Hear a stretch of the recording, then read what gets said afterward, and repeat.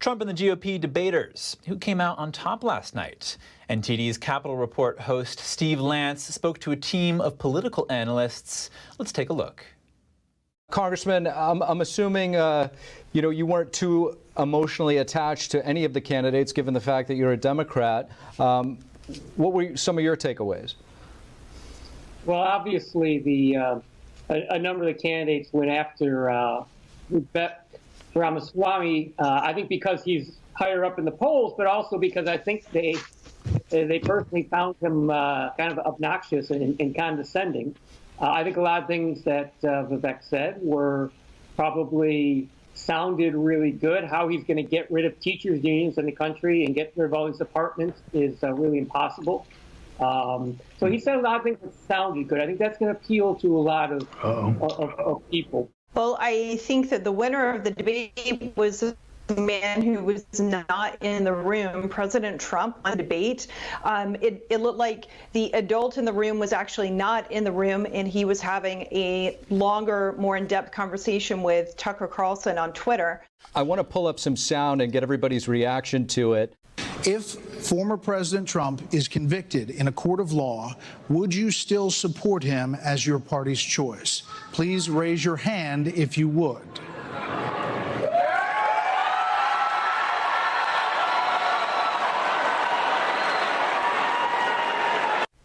Carrie, some might argue that was the most significant moment of the night. What's your take? Well, so I'm on the press list for a number of campaigns, and the Vivek Ramaswamy campaign sent out a tweet noting that Ron DeSantis waited and looked and glanced over at what was Vivek doing. Right. And it was only after Vivek raised his hand that Ron raised his hand, which is so telling in terms of how Ron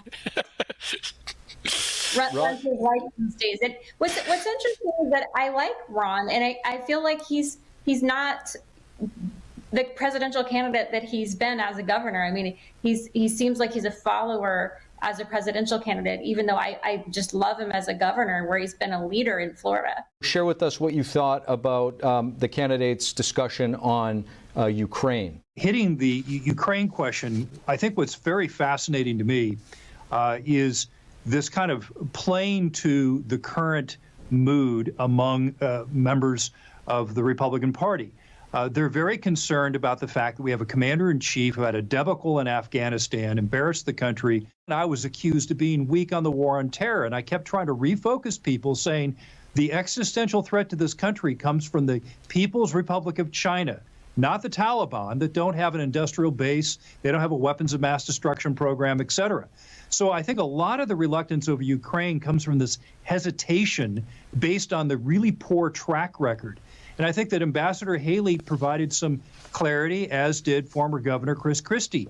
But the base doesn't really want to hear it right now. So it's just where we are at the moment. The party of Ronald Reagan is kind of shifting back a little bit, I think, at this point in time, to a more isolationist stance. But despite all the buzz, Mark Tapscott, congressional correspondent for the Epoch Times, says what stood out about the debate was that it didn't stand out. Let's hear why.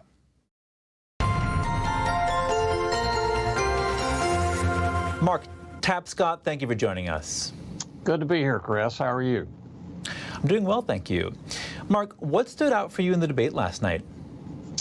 You know, it's interesting. The thing that stood out to me the most was that it didn't stand out that much. It was, not really a debate. It was more of a debacle from some perspectives. But I think if you look at it from the perspective of what does it mean for down the road in the campaign, I think there was a clear winner, and that was DeSantis.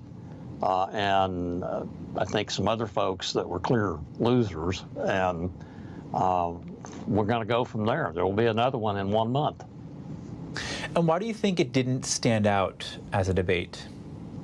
Because it really wasn't a debate so much. I think DeSantis' strength was the fact that he didn't join in the attacking the other guy, as most of the others did. And he stuck to articulating his agenda, his vision, his reasons why he thinks he is the best man to be the next president.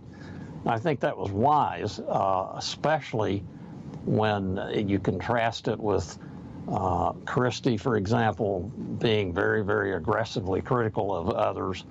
I do think Nikki Haley helped herself in the sense that she made a very good case to be the vice president because of her position on the abortion issue. Now talk about Vivek Ramaswamy. Some people are saying that he came out on top last night. I hear that a lot, and I think if you look at it just from the perspective of last night without thinking about it in the context of what's coming down the road, he did very well. I mean, there's no disputing that. But he also made, I thought, a rookie mistake, if you will, when he referenced everybody else on the stage being bought and paid for. I understand why he said that. He's trying to do the Trump 2016 "I'm the outsider" campaign, and he is an outsider in some respects. But that was kind of a cheap shot, and I think it reflected his lack of experience at the national political level. Now, Donald Trump aired an interview with Tucker Carlson at the same time as the debate, as everybody knows. What was the most notable thing about that interview for you? That he was as calm as he was throughout that conversation, which was recorded before last night, as I understand it. Donald Trump cannot resist being Donald Trump. And that, in my view, is the most significant thing about his interview with Tucker. Donald Trump cannot resist counterattacking whenever anybody, including people that have been his supporters, utter anything even remotely critical of him. And when you combine that with the incredible court schedule and deposition schedule that he's going to have in the spring, I really do think the Trump campaign is headed for probably a self-destruction in the spring. Mark Tapscott, thank you again for joining us. All right, Chris. Turning to the disaster-ravaged Hawaii, only 8% of the total area impacted by the wildfires on Maui remains to be searched. And authorities say over 1,000 people are still missing. According to a social media post from Hawaii Governor Josh Green Wednesday, 92% of the total area impacted by wildfires in Maui has been searched.